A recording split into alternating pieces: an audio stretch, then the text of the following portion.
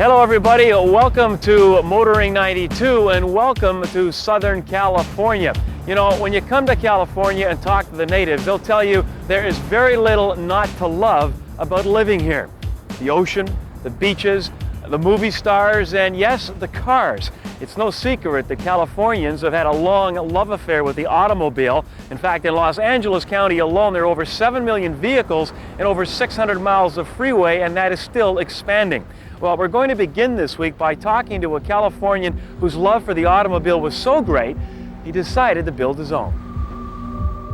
Since he can remember, Gerald Wiegert has had a passion for cars and fighter jets. Not blessed with Top Gun eyesight, Wiegert decided to use his automotive background to fulfill his other dream, to build his own automobile. Ignoring the failed attempts of DeLorean and Bricklin, Wiegert founded Vector Aeromotive Corporation in 1971.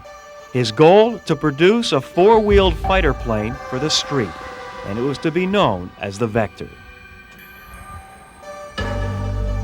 The idea was to build something that was a challenge to Ferrari and Lamborghini, and something that would be a challenge to a person's instinct or desire to buy foreign, to buy something not built in America, but something built in Europe. And I thought there should be an alternative, an American alternative to those cars. And that's why I did what I did. It was kind of generated by patriotism. I always wanted to be a fighter pilot, but my eyesight was not naturally good enough. I wore contacts, and so I translated my interest in aircraft to the idea when I started Vector as aircraft for the street, to build an advanced tactical fighter for the street, for the guy that could afford it. As we move along, this is a very complicated, complex vehicle to manufacture. 2 pre-sold Vectors are produced each month. The 7 on the road today around the world sold for $283,000. Today, the price tag is $437,000. The engine is a 6-liter all-aluminum V8. It's twin turbocharged and fuel injected. What I'd like to do is walk you across the shop here, and I'll show you what a finished version of the engine looks like when it's all together. Both of these cars are ready for shipment. One of them is going to England. The other one is going to Kansas City. This is what a finished engine package looks like. What you see here are dual intercoolers, dual wastegates, twin turbochargers. It's all direct port injected.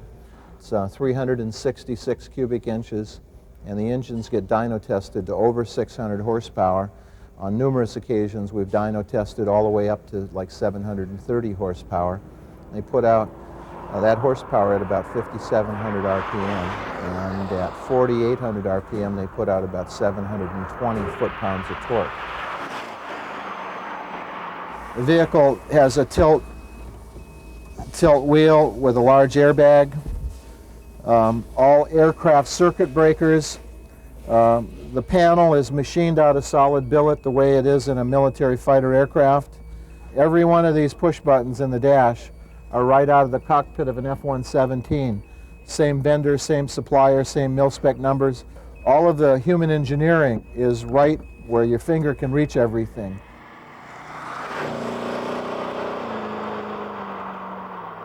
Well, I've been with him most of the time that he's been at it, and you know, it takes a lot of determination.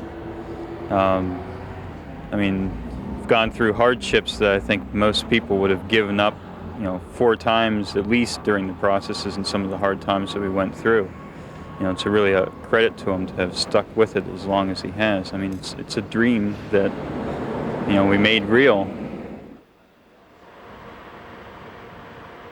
This is a new Vector, codenamed WX9. It'll have a formal name, but we haven't designated it yet. And the idea is to build the body in a one-piece mold, with the exception of doors and openings and lids and so on, and bumper areas. And it'll be a carbon fiber body, very lightweight. In fact, the whole body might not weigh more than 100 pounds. And the chassis is underneath here. The plug was built over the chassis, so everything fits the actual structure of the vehicle. And we're building this car in record time relative to the design, the body engineering, and building the initial parts. So I'm looking forward to seeing, you know, the completed body parts go over to the shop where we have the chassis for this new car, and seeing the thing assembled over the next 30 days. I don't intend for this venture to be a failure, and I think anybody that's watched the history of Vector or the history of Gerald Wiegert knows that, you know, I'm a very determined individual, and I intend for this venture to be a winner. The idea isn't to take second place to anyone in reference to performance or quality of manufacture or technological substance. And this car has led the designers and engineers at other companies to be more aggressive and more progressive, because this car has been a benchmark kind of a vehicle.